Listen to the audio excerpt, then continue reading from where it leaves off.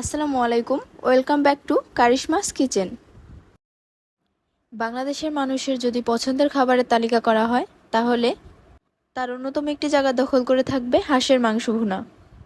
তবে এটি রান্নায় যেমন সময় বেশি লাগে তেমনি নানান ঝামেলা পোহাতে হয়।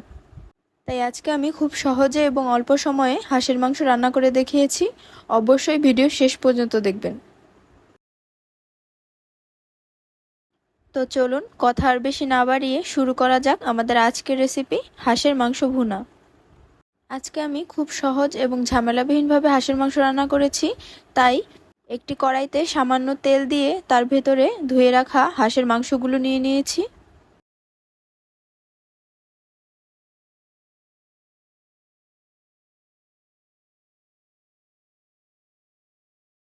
এরপর মাংসগুলোতে 2 চা চামচ মরিচের গুঁড়া, 1 চা চামচ হলুদের গুঁড়া, 1 চা চামচ ধনিয়া গুঁড়া, জিরার গুঁড়া এবং গরম মশলার গুঁড়া 1 চা চামচ করে দিয়ে কিছু আস্ত গরম মশলা যোগ করব।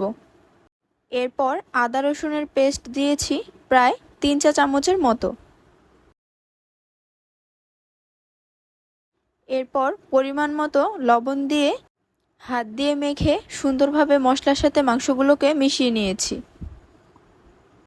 আমার নানি দাদিদের দেখেছি এভাবে হাতে মেখে রান্না করতে। এমন হাতে মেখে রান্নায় খাবারের স্বাদ একটুও কমে না, বরঞ্চ আমার মনে হয় আরও বহুগুণ বাড়িয়ে দেয়। মশলাগুলোকে খুব সুন্দরভাবে মাংসের সাথে মিশিয়ে নেওয়ার পর এতে কিছু পেঁয়াজ কুচি দিয়ে দিয়েছি।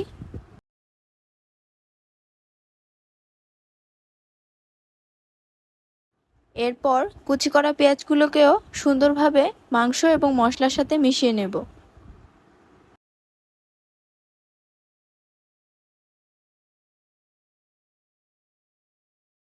মেশানো হয়ে গেলে সামান্য কিছুটা পানি যোগ করব। এরপর ঢাকনা দিয়ে ঢেকে মিডিয়াম টু লো আঁচে রান্না করব 20 মিনিটের মতো। প্রায় 15 থেকে 20 মিনিট পর ঢাকনা খুলে একটু নেড়েচেড়ে নিব।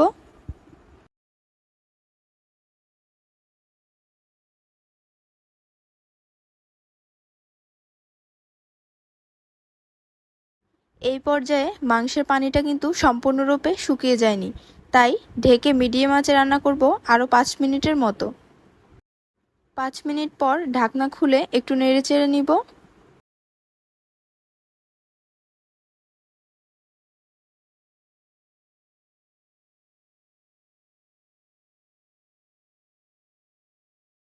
মাংসগুলোর মশলা যখন একদম মাখো মাখো হয়ে আসবে তখন এতে ফুটন্ত গরম পানি যোগ করতে হবে।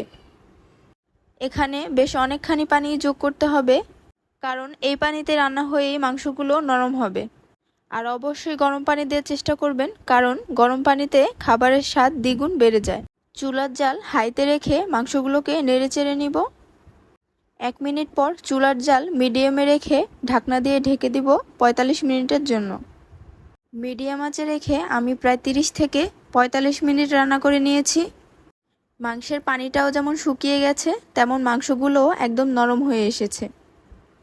মাংসের কালারটা যেমন দুর্দান্ত এসেছে তেমনি খেতেও খুব সুস্বাদু হয়েছে।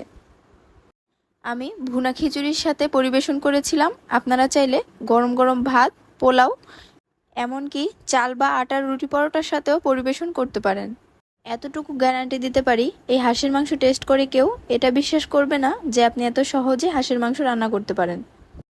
তো হাঁসের মাংস প্রেমীরা আর শুধু শুধু বসে বসে আমার খাবারের লোভ না লাগিয়ে নিজেরাও এই সহজ উপায়ে হাঁসের মাংস রান্না করে খেতে বসে যান। আর খেয়ে অবশ্যই কমেন্ট করে জানাবেন কেমন লাগলো।